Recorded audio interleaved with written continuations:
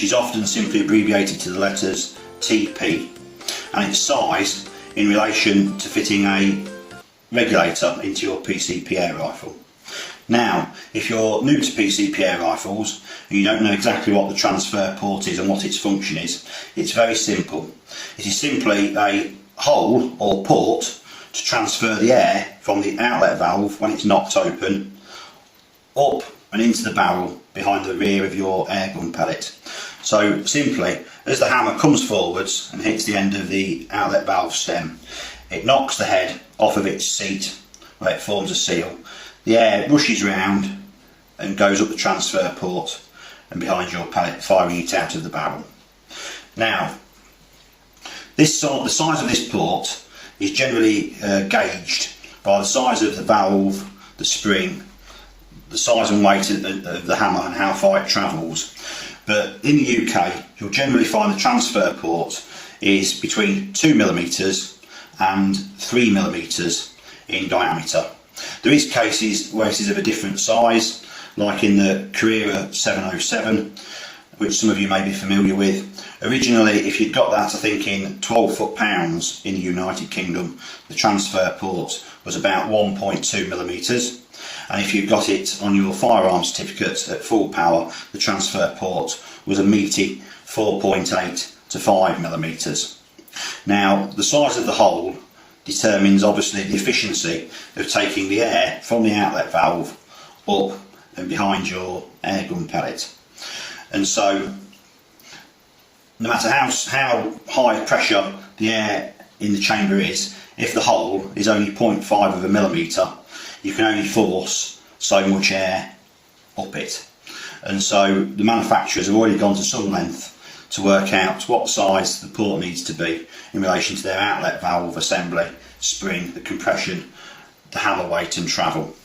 Now, when you're fitting a regulator into your PCP air rifle, if this port is around 3mm already and you've got a 12 foot-pound air rifle, then generally there shouldn't be any need or necessity to alter it if you're running the regulator at around 90 to 110 bar. So take note of that again. If your transfer port's around 3mm diameter and you're in the United Kingdom and your gun's 12 foot-pounds with a 100 bar, around a 90 to 110 bar, 100 bar setting on the regulator, then this transfer port size should be perfectly okay. Now, if you're going to try and get the most number of shots out of your tank of air, this will require the regulator pressure to be dropped, and some people who go to the absolute extreme will drop this down to as low as 60 bar, but that is an extreme. Normally a low setting would be 70 to 80 bar. They would enlarge the size of this transfer port to a maximum of around 4.3mm, but that is only if the regulator is to be set at a much lower setting. Or if you're in a country where high power air guns are allowed, then this transfer port will also possibly be opened up to a larger size, because once the regulator's fitted, obviously you've not got the whole pressure of the air reservoir pressing against the outlet valve ready to escape. You've lowered the pressure in the outlet valve chamber, and so the port needs to be slightly enlarged.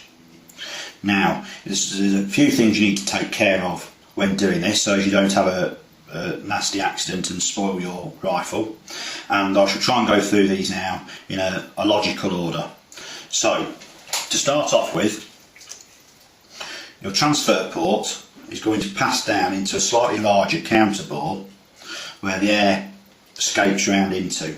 Now, at this point, where the hole is at its largest diameter and this section here that is at its closest, that wall might be quite narrow, and you need to make sure that you don't enlarge the ports to the size where you actually drill through straight into the outlet valve chamber, because that will just wreck your gun.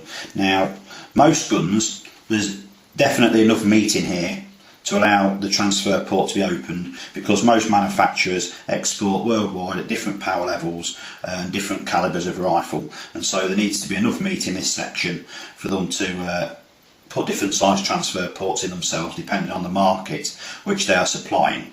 But to make sure there is, I shall show you a simple way what to do, and then you'll have to adapt this for your own particular air rifle.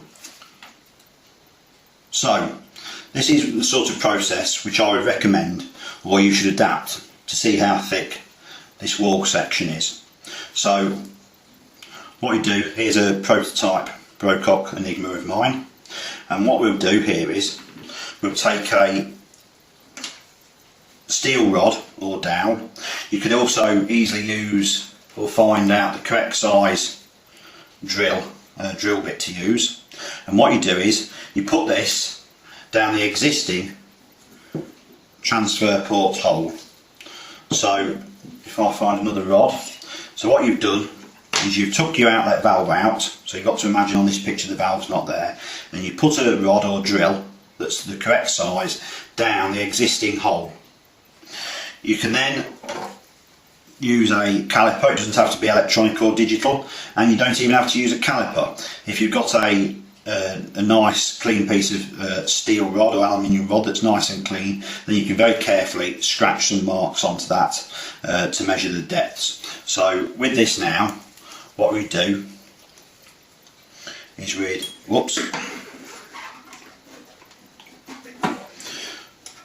slide that into the gun until obviously the edge sits against the edge of the rifle and the probe touches a piece of steel rod or drill bit that you've put down the transfer port, and you'd write that measurement down. If you're using just a piece of aluminium or steel rod, then use a knife or scalpel blade and slide it across this surface to put a mark onto the metal rod itself. So what I mean by this is, if you were to get another metal rod, you can put this in until it touches, and then use a knife blade just to mark across the flat end of the air rifle action to put a mark onto the rod. So that's that, and then what you do after that is simply put your measure or whatever back in, and you'd measure to the face that the outlet valve itself sits down on, and then you can take one measurement from the other, and that will give you the thickness of the adjoining wall, so you'll know what the maximum size is that you can go up to. So remember, if you're going, say, from a 2mm hole, transfer port hole, to a 4mm transfer port hole, that's 1mm per side. Obviously it's not 2mm on this side, so you divide the up size in drill size by 2, and then work out whether the wall thickness is thick enough. This wall thickness here needs to be at the thinnest, I would say 1.5mm thick, and that should withstand all the pressure in here and the flow of the air passing around it. So that's the main thing you should do when you're thinking of enlarging the transfer port, is firstly check that it's possible to do that, and this is the simplest way to do it. Simply put a rod down your transfer port. I don't know if you're able to see down there with the camera, but put it down so you can see it goes right the way through, and then measure the depth to the rod, and then measure the depth to the face to which it sits onto. So that's your first thing that you need to do.